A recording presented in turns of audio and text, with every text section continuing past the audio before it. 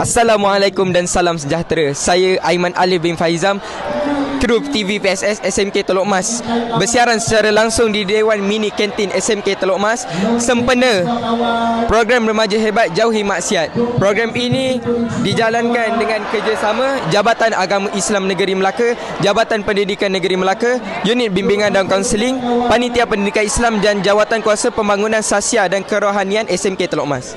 Hari ini kita akan bersama dengan tetamu istimewa yang akan berkongsi ilmu, pengalaman dan nasihat berguna untuk semua warga Solah, khasnya buat para remaja seperti kita, iaitu Encik Muhammad Fairuz bin Abu atau lebih dikenali Akhi Fairuz Al-Jenkawi. Program ini bukan sekadar ceramah biasa, tetapi satu peluang untuk kita buka mata dan buka hati untuk mengenal siapa kita, ke mana arah hidup kita dan macam mana nak jadi remaja yang hebat bukan saja di sekolah, malah kehidupan di dunia dan di akhirat. Jom sama-sama kita hayati setiap momen dalam program ini. Are you ready? Yes, sir. Are you ready? Yes, sir. Are you ready? Yes, yes, yes. Boleh tepuk tangan simple isi. Baiklah. Perkara pertama dalam program hari ini, walaupun awak nampak saya pada tak nampak, awak letak kat dagu kawan. Yeah, so sweet. Alright.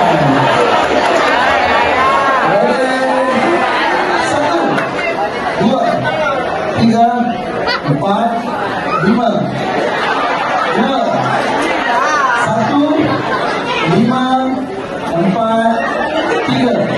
Empat, sangat fokus, tepuk dengan sikit. Boleh disimpan.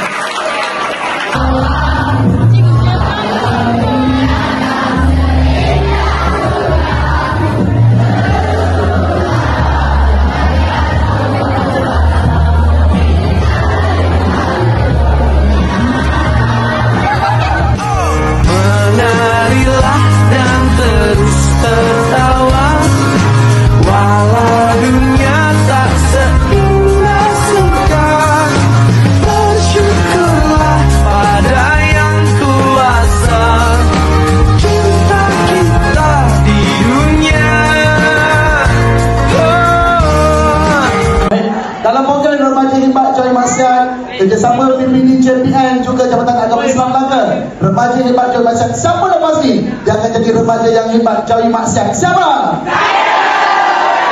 Siapa lepas ni dia tak nak dah kapal-kapal? Siapa? Saya! Siapa lepas ni dia tak nak lagi mencarut? Siapa? Saya! Siapa rajin-rajin? Siapa? Saya! Siapa lepas ni dia tak nak sas? Siapa? Saya! Maka sekian saya doakan awak. Jumpa lagi. Bye!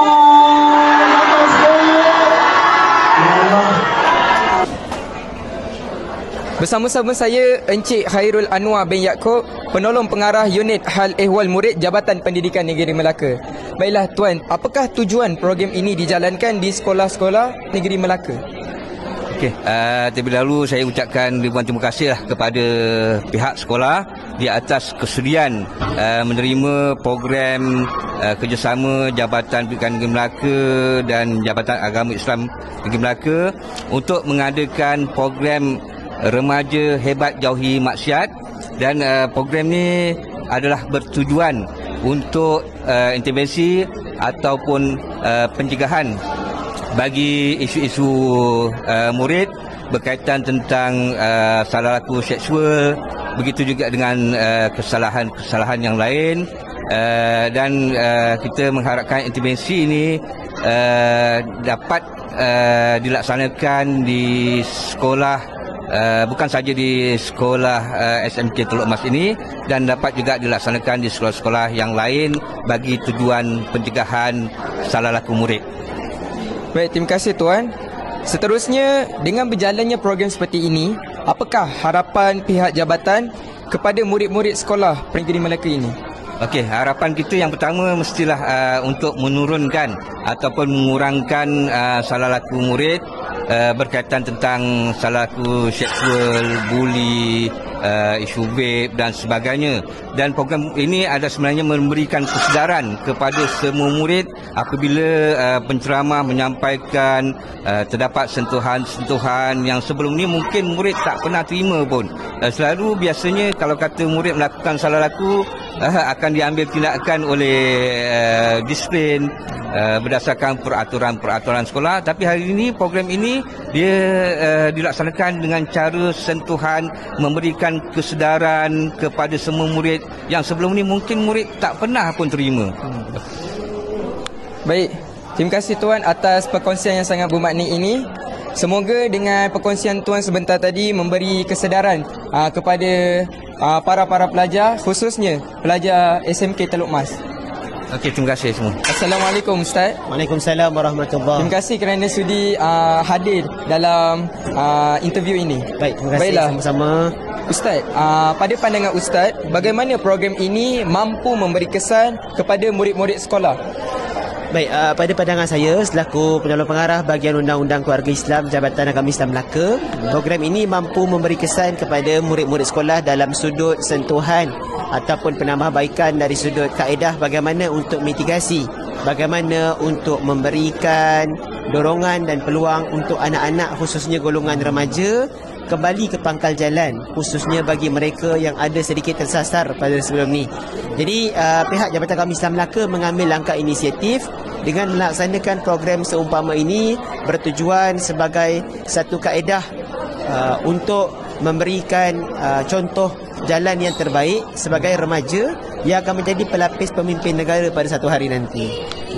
Baik Ustaz, pada pandangan Ustaz, apakah pandangan Ustaz terhadap murid-murid sekolah menengah pada masa kini? Baik, murid-murid sekolah menengah pada hari ini terdedah dengan pelbagai isu dan cabaran. Kita tidak dapat nafikan perkara ini berbeza dengan 20 atau 30 tahun dahulu. Generasi pada hari ini membesar dengan alat yang disebut sebagai media teknologi, alat yang disebut sebagai media sosial yang tidak mampu kita tinggalkan. Sebab kalau kita tinggalkan, kita akan ibarat tertinggal ataupun ketinggalan zaman. Walaupun begitu, alat ini memberikan 1001 kebaikan seandainya digunakan ke jalan kebaikan. Namun, sekiranya terjerumus ke lembah yang tak sepatutnya, ia mampu membawa kepada jurang yang tidak diingini. Justru, cabaran itu cukup besar. Bagaimana untuk menangani cabaran tersebut tertaluk kepada iman dan takwa kita, tertaluk kepada bagaimana kita dididik. Justru saya bersama rakan-rakan mengambil langkah untuk membuat pendidikan ataupun menyebarkan pendidikan yang khusus dalam memastikan program seumpama ini dapat dilaksanakan dengan lancar sekaligus dapat membina generasi bangsa yang baik insya-Allah pada masa akan datang. Insya-Allah. Baik, terima kasih Ustaz Muhammad Adib atas perkongsian sangat bermakna. Sama-sama. Assalamualaikum Aihi Farus. Ya, Waalaikumsalam. Aiman. Terima kasih atas perkongsian Akhi sebentar tadi. Sangat berinspirasi dan terima kasih juga kerana sudi datang ke sekolah kami. Ya. Okey, baiklah Akhi Fairuz. Sepanjang pengalaman Akhi dalam berdakwah dan berjumpa ramai remaja, bagaimanakah peranan ibu bapa dan guru dapat membimbing pelajar supaya kekal kuat dan tidak mudah terpengaruh dengan gejala sosial? Satu benda kalau kita nampak benda macam ni, kita akan nampak peran ibu bapa dan guru lah. Tapi sebenarnya daripada segi remaja sendiri dia pun kena kuat lah. Dia kena ada satu kesedaran dalam diri. Sebab ibu bapa apa yang tak pernah, yang dia tak buat pada anak dia? Pendidikan, sekolah, wang ringgit. So bila anak-anak ni dia membesar, tak cukup hanya guru dengan ibu bapa saja yang nak membentuk dia. Dia kena datang pada kesedaran pada diri sendiri. Dan kesedaran tu pula dia kena hadir daripada berkawan dengan siapa, social medianya macam mana. Jadi akhirnya yang saya nampak kat sini, ibu bapa, kalau kita kata peranan ibu bapa tu bagaimana, memang kena buat segalanya untuk anak dia. Okey, terutama dari segi pendidikan dan disiplin anak di rumah. Kalau guru jangan kata guru tak buat apa-apa, macam-macam Cikgu Aiman buat kat sekolah untuk pelajar-pelajar kan. Dan akhirnya berakhir macam saya sebut tadi, dia bergantung kepada pelajar itu sendiri. Baiklah Akhi Fairuz. Ya. Seterusnya, bukan semua remaja berasa selesa untuk meluahkan perasaan kepada ibu bapa. Betul. Dan guru dalam mengekspresi emosi mereka. Jadi boleh Akhi kongsikan tak tips untuk membina hubungan yang lebih terbuka dan yang penuh kasih sayang antara remaja dengan ibu bapa dan guru dalam menangani isu-isu remaja ini? Kalau nak tanya kenapa budak-budak dia tak selesa nak berkongsi cerita, terutama dengan mak ayah, kena tanya soalan tu balik. Mak bapak selesa tak bersembang dengan anak, kan, dengan anak remaja? Sebab bila anak dah remaja, dia punya gap dengan ibu bapa tu makin jauh. Sebab mak bapak dah sibuk. Skala kecil mungkin lah kau boleh manja, kau boleh meluahkan cerita. Tapi dah besar, anak-anak ni tak selesa sebab dia rasa mak bapak akan marah dia, akan nampak dia lembek, akan nampak dia tu mengada-ngada. Kan kau dah besar pun nak ngadu kat aku. So macam mana nak pastikan budak ni selesa? Dia kena bermula pada ibu bapa lah. Kena berkawan dengan anak, tambah-tambah dengan anak remaja lah.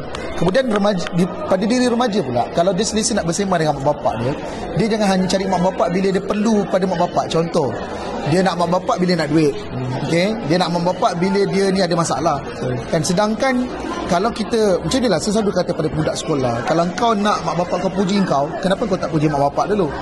Kan, kalau kau rasa nak dihargai oleh mak bapak, kau kena hargai mak bapak kau, kan, dengan kata-kata, dengan hadiah, pick up line bagi pada mak bapak, kan. Kalau macam guru pula dengan pelajar, biasanya budak-budak dia ada skeptical dengan kaunselor. Kalau saya pergi sekolah, saya akan kata ada masalah jumpa kaunselor, dia bukan nak jumpa pun. Sebab dia rasa bagi tahu kaunselor nanti masalah dia akan tersebar, dia rasa macam cikgu tu cerita pada orang lain. Sedangkan kaunselor tu tanggungjawab dia bukan hanya kaunseling tapi bimbingan. Tapi kalau kes sudah melibatkan something yang memalukan, yang perlu bantuan pada guru yang lain, nak tak nak cikgu kena akan bagi tahu pada pentadbir juga, kan. Jadi pelajar-pelajar sendiri dia kena faham dalam usia remaja ni kau memang perlukan seseorang untuk meluahkan. Kau nak luahkan kat kawan kau pun sama macam kau juga, kan. Kawan kau pun problem dengan keluarga dia, dengan diri dia sendiri. Jadi nak tak nak memang perubahan tu kena datang pada remaja sendiri untuk berkongsi dengan guru, okay? Kena ada kepercayaan tu, kena bina kepercayaan juga dengan ibu bapa, okay? Baik akhir sekali kata-kata tak akhir atau pesanan buat semua rakan-rakan seusia saya, terutamanya pelajar-pelajar SMK Teluk Mas. Apa kata-kata semangat yang paling bermakna dari akhir sendiri? So kata-kata hari ni lah. Kata-kata hari ini. Okey, untuk pelajar-pelajar di SMK Teluk Mas, apa yang saya nak beritahu adalah apa yang dah berlaku tu kita tak boleh ubah. Okey, kesilapan, kebodohan, benda tu dah berlaku. Cuma yang kita dapat fikir adalah masa sekarang demi masa depan lah. Sebab banyak pelajar-pelajar pada hari ni bila mereka rasa mereka ni tak ada harapan, dia rasa dia bodoh, dia rasa dia tak pandai, dia terlupa dia bukan hanya tak pandai semua benda, ada benda yang dia pandai. Kau kena explore diri. Kalau mereka ni minat pada bahagian teknikal, saya harap yang budak tingkatan 3, tingkatan 4 masuk college vocational. Jangan berhenti belajar. Okey, jangan sibuk nak bekerja sekarang. Belajar betul-betul dulu sebab negara kita perlukan orang-orang yang pandai lah. Okey, terima kasih. Marilah dan terus tertawa walau dunia tak seindah suka. Bersyukurlah pada yang kuasa cinta kita di dunia. Terima kasih yang tak terhingga kepada Akhi Fairuz atas perkongsian sebentar tadi. Semoga apa yang dikongsikan hari ini menjadi bekal untuk kita semua, khususnya ibu bapa dan juga para pendidik. Semoga kita semua saling menguatkan dan saling mendoakan sesama kita. Sama ada di rumah atau di sekolah, setiap langkah perubahan bermula dari hati yang ikhlas dan sokongan yang tak putus. Saya Aiman Alif bin Fahizam, kru TV PSS SMK Teluk Mas. Kepada rakan-rakan saya, teruskan berusaha menjadi remaja yang hebat, bukan sahaja bijak tetapi juga berakhlak. Assalamualaikum dan sampai jumpa lagi.